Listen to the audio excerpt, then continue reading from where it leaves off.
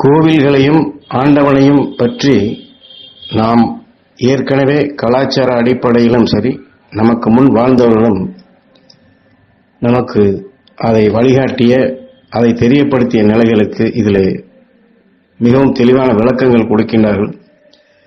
ஏனால் பலரும் சொல்வதுதான் புண்ணிய ஸ்தலம், அதுதான் கோவில் என்று எல்லோரும் சொல்லுவதுதான். ஆனால் அந்த புண்ணிய ஸ்தலம் என்று சொல்வதனுடைய நோக்கம், அங்கே மூலவர் உருவினிலே அந்த ஸ்தலத்தை நினைத்து எங்கிருந்தாலும் எவனொருவன் அதை வேண்டுகின்றானோ அந்நிலைக்கு அவனுக்கு அருள் புரிகின்றான். அந்நிலையில் அமர்ந்துள்ள மகான் புண்ணியம் எய்தி பிறந்த பயனை தன் ஜெப நிலையால் தன் நிலையை ஜோதி நிலையாக்கி அவன் ஸ்தாபிதம் செய்த அந்த கோவிலில், அந்த சிலையில் தன் ஜீவனை அந்த சிலையின் ஜீவனாக்கி அதை எண்ணுபவர்களுக்கெல்லாம் அந்த எண்ணத்தின் வழியினிலேயே வழியமைக்கின்றான் அந்த மகரிஷி ஜோதி நிலையில். ஆண்டவன் யார் என்பதை பலமுறை கேட்டுள்ளேன். ஆண்டவன் என்பது இப்பொழுது புரிந்ததா? ஆனால் கோவில் என்பது ஒரு புனிதமானது. கோவிலுக்கு நாம் அடிக்கடி செல்ல வேண்டும். மனது அமைதி பெற, வாழ்க்கையில் முன்னேற்றம் அடைய நாம் ஆலயத்திற்கு செல்ல வேண்டும் என்று எல்லோரும் சொல்லுவதுதான். ஆனால் அதனுடைய தத்துவம் என்ன? அதை உருவாக்கியது யார்? உருவாக்கப்பட்டதனுடைய மூல கருத்து என்ன? உருவாக்கப்பட்ட அந்த கோவிலுக்குள், அந்த சிலைக்குள் மறைந்துள்ள உண்மைகள் என்ன என்பதைத்தான் ஈஸ்வரப்பட்டு இங்கே நமக்கு சுட்டிக்காட்டி, இன்று விஞ்ஞான அடிப்படையில் எவ்வாறு புறப்பொருள்களை உருவாக்கி அந்த புறப்பொருள்களை மக்கள் அனைவரும் அதை பயன்படுத்தும் நிலையாக எவ்வாறு அதனுடைய பயன்பாடுகளை இன்று தெளிவாக கொண்டு வருகின்றார்களோ, அதை போன்றுதான் அன்று இந்த சிலையை உருவாக்கியது. நம்மை போன்று மனிதனாக வாழ்ந்து உயர்ந்த நிலை பெற்று மகான் என்ற நிலையாக அவன் உருவாக்கியதான் அந்த மூல சிலை. அந்த சிலையை உற்று நோக்கி அந்த ஆலயத்தை எங்கிருந்தாலும் சரி நினைவு கொண்டு வந்து அங்கு இருக்கக்கூடிய அந்த அருள் சக்தி பெற வேண்டும் என்று மானசீகமாக எங்கிருந்து யார் எண்ணினாலும் அந்த ஜோதி நிலையில் இருக்கக்கூடிய அந்த ரிஷி அவர்களுக்கு, அந்த எண்ணுபவர்களுக்கெல்லாம் தான் பெற்ற அருளை அவன் பாய்ச்சுகின்றான், அருள் புரிகின்றான் என்பதே இதனுடைய தத்துவம். அதனால்தான் ஆண்டவன் என்பது இப்பொழுது யார் என்று புரிந்ததா என்று கேள்வியும் கேட்கின்றான். அதே சமயத்தில் எண்ணம் போல் வாழ்வு என்பதையும் நமது பெரியவர்கள் அல்லது முன்னோர்கள், சான்றோர்கள் நமக்கு காட்டியுள்ளார்கள். அதனுடைய மூல கருத்தையும் இங்கே ஈஸ்வரப்பட்டு நமக்கு தெரியப்படுத்துகின்றார்கள். என்றால் ஆண்டவன் யார் என்று இங்கே கேள்வி கேட்டாலும் நம்முடைய பிறப்பையும் நம்முடைய இறப்பையும் இன்னொருவர் வந்து அது யாரும் தேதி குறிக்கவில்லை. அவரவர்கள் எடுத்துக்கொண்ட எண்ணம்தான், அவனவன் எடுத்துக்கொண்ட உணர்வுதான் அந்த நிலையை அவனுக்கு அது பெறச் செய்கின்றது. ஆக பிறப்பும் இறப்பும் அவனவன் எண்ணத்தினால் வர்றதான். சுவாச நிலையில் தான் வியாதிகளும் வருகின்றது. சுவாச நிலையை பெருக்குவதும் அவனுடைய, அதாவது வியாதி நிலை பெருகுவதும் அவனுடைய சுவாச நிலையை வைத்துத்தான் அது அமைகின்றது.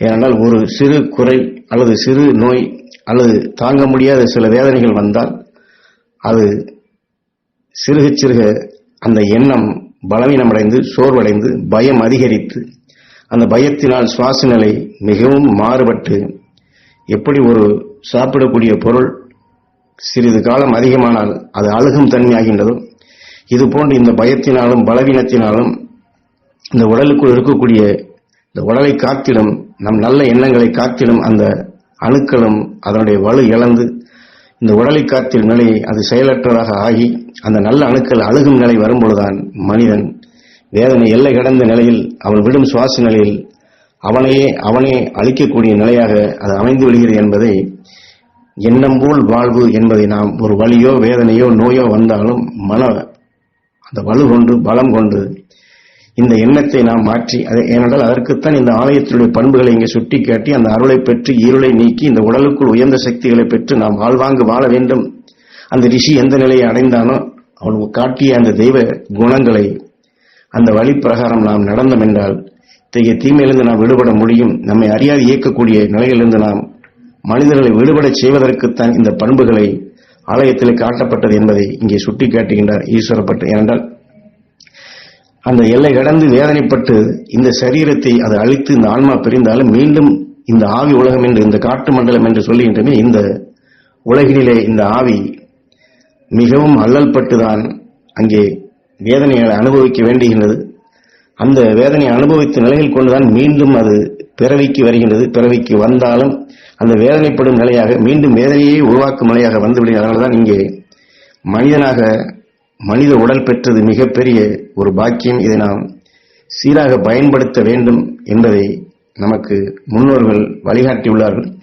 அதே அடிப்படையில் தான் இங்கே அந்த நிலையை இன்று நாம் நல்ல நிலையில் இருக்கும் பொழுதே பெறுவதற்காக இங்கே ஈஸ்வரப்பற்ற அவர்களும் அதற்கு வழிகாட்டி வேதனை கொண்ட எந்த மனிதனாக இருந்தாலும் தன்னுள் இருக்கும் ஈசனை, அந்த ஆண்டவனை எண்ணி ஈஸ்வர தியானம் செய்து தான் செய்த பாவமாக இருந்தாலும் சரி, புண்ணியங்களாக இருந்தாலும் சரி, அதையெல்லாம் மறந்து எப்படியும் வாழ வேண்டும், ஒரு நிலையில் வாழ வேண்டும், உயர்ந்த வாழ்க்கை வாழ வேண்டும் என்று தன் எண்ணத்தினுள்ளேயே எண்ணிக்கொண்டு அவன் அத்தகைய சுவாச நிலைகளை அவன் வெளிப்படுத்தினால் அந்த சக்தியினுடைய அருள் அவனுக்கு நிச்சயம் கிட்டுகின்றது. ஏனென்றால் என்னதான் செய்தாலும் இப்படி ஆகிவிட்டதே, வேதனைப்பட வேண்டியிருக்கின்றதே, இப்படி நடந்துவிட்டதே என்றுதான் மனிதருக்கு எண்ணங்கள் வரும். அதை மாற்றி ஈஸ்வர தியானம் செய்து பாவமோ புண்ணியமோ இதையெல்லாம் எண்ணாதபடி எப்படியும் உயர்ந்த நிலை பெற வேண்டும், எப்படியாவது உயர்ந்த நிலைக்கு நாம் செல்ல வேண்டும் என்று எது வேதனைப்பட செய்ததோ, எது நமக்கு நஷ்டத்தை உண்டு செய்ததோ அதையே மாற்றி அமைத்து அந்த உணர்வின் இயக்கமாக எப்படியும் உயர்ந்த நிலை பெற வேண்டும் என்று இந்த எண்ணத்திற்கு வலுகூட்டி அந்த எண்ணத்தால் வீழ்ச்சி அடைகின்றோம். இந்த எண்ணத்தினால் உயர்வு அடைய முடியும் என்று எண்ணத்தை உயர்த்தி எண்ணம் போல் வாழ்வு என்று பெரியவர்கள் சொன்னது போன்று நாம் எண்ணத்தை ஒரு மலை போன்று ஆலயத்திலே காட்டப்பட்ட அந்த கோபுரத்தினுடைய உச்சி போன்று நம்முடைய நினைவுகளை கொண்டு வந்து அதன் வழி நாம் எடுக்கக்கூடிய சுவாசம் நமக்கு அந்த பேரருளாக இயக்க சக்தியாக உபயோகமாக இருக்கிறது என்பதைத்தான் இங்கே சுட்டிக்காட்டுகின்றார். ஏனென்றால் சலிப்போ சோர்வோ சஞ்சலமோ இந்த அடிப்படையிலே நாம் கொண்டு சென்று விட்டோம் என்றால் இந்த வாழ்க்கை என்று வாழக்கூடிய நிலைகளை வீழ்ச்சியடை செய்து என்ன வாழ்ந்து என்ன பயன் என்று விரக்தி நிலைகளுக்கு கொண்டு சென்றால் இந்த சுவாச நிலை மாறி மீண்டும் இதே அடிப்படையிலே தான் அவனுடைய சுவாச நிலைகள் அவனை சுழன்று அடுத்து எந்த நிலை பிறந்தாலும் அழித்திடும் நிலையாக மற்றொன்று வீழ்த்திடும் நிலையாகவே இது அமைகின்றது. ஆக எண்ணம் போல்தான் அடுத்த பிறப்பின் நிலை அடைகின்றது. ஆக இது போன்ற நிலைகளை நாம் இதோட இந்த சரீரத்தோடு இந்த மனித பிறவியில் இன்று இருக்கக்கூடிய இந்த சரீரத்தையே முழுமையாக நிறைவாக கடைசி சரீரமாக நாம் உருவாக்கி முடிவில்லா நிலையாக மூவுலகை ஆட்டி வைக்கும் மூலசக்தி என்று சொல்லக்கூடிய ஆக்கல் அழித்தல் காத்தல் என்று என்றுமே அழியாத நிலையில் கொண்டு செயல்பட்டுக் கொண்டிருக்கும் அந்த முடிவில்லாத நிலையாக நாம் அந்த உலகிற்கு நாம் செல்ல வேண்டும் என்றால் நாம் ஒவ்வொருவருமே அந்த சுவாச நிலையை நாம் உயர்ந்த நிலையாக ஆக்கிட வேண்டும். ஒவ்வொரு உயிரும் அது அந்த கடவுள் என்ற நிலையில் நாம் மதித்து பண்பட்ட நிலைகளாக நாம் செயல்பட்டு இந்த உடலில் இருந்து சந்தர்ப்பவசத்தால் நாம் எடுக்கக்கூடிய நிலைகள் நம்ம வீழ்த்திடும் நிலையாக மீண்டும் இந்த ஆவி உலகில் அல்லல்படும் நிலைகளிலிருந்து நாம் விடுபட்டு இந்த வேதனைப்படும் இந்த அவஸ்தைப்படும் இத்தகைய துன்பத்தை தரும் இந்த உலகிலிருந்து விடுபட்டு என்றுமே நாம் உயிரோடு ஒன்றி அழியாத நிலையில் கொண்டு முடிவில்லாத உலகமாக முடிவில்லாத நிலையாக அழிவே இல்லாத நிலையாக பல கோடி ஆண்டுகளாக கோடி கோடி ஆண்டுகளாக வாழ முடியும். அது வாழ்ந்திடச் செய்யும் அந்த நிலைகளுக்குத்தான் ஈஸ்வரப்பட்டு இங்கே தெல்ல தெளிவாக இந்த அவஸ்தைப்படும் இந்த உலகம் வேண்டாம், இந்த அவஸ்தைப்படும் இந்த உடல் வேண்டாம், நாம் மீண்டும் இன்னொரு பிறவிக்கு வர வேண்டாம், என்றுமே நிலையாக முடிவில்லாத நிலையாக வாழ்ந்து வளர்ந்து கொண்டிருக்கும் ரிஷிகள் ஞானிகள் எந்த அழியாத நிலைகள் கொண்டு வாழ்கிறார்களோ அந்த எல்லையை அடைந்து நாமும் கோடி கோடி ஆண்டுகளாக வேகா நிலை பெற்று என்று மகிழ்ந்து வாழ வேண்டும், வாழ முடியும். அந்த வாழ்வதற்கே இதை நான் உணர்த்துகின்றேன். அதற்குண்டான தத்துவங்களைத்தான் அந்த ஆலயங்களே இதையெல்லாம் காட்டப்பட்டு அந்த ஆலயத்திலே எத்தனை நிலைகளை சுட்டிக்காட்டி உயர்ந்த நிலைகளை மனிதர்கள் பெறுவதற்கு பல சூட்சும நிலைகளை நமக்கு காட்டியுள்ளார்கள். ஆனால் இந்த கோபுரத்தினுடைய அமைப்பே அதுபோன்ற தத்துவங்கள் தான். ஆனால் இந்த கோபுரத்திலே பார்த்தோம் என்றால் எத்தனையோ சந்துகள் விட்டிருப்பார்கள். அந்த சந்துகள் தான் விண்ணிலிருந்து வரக்கூடிய மிக மிக சக்தி வாய்ந்த கதிர்களை அங்கே எடுத்து தருகின்றது.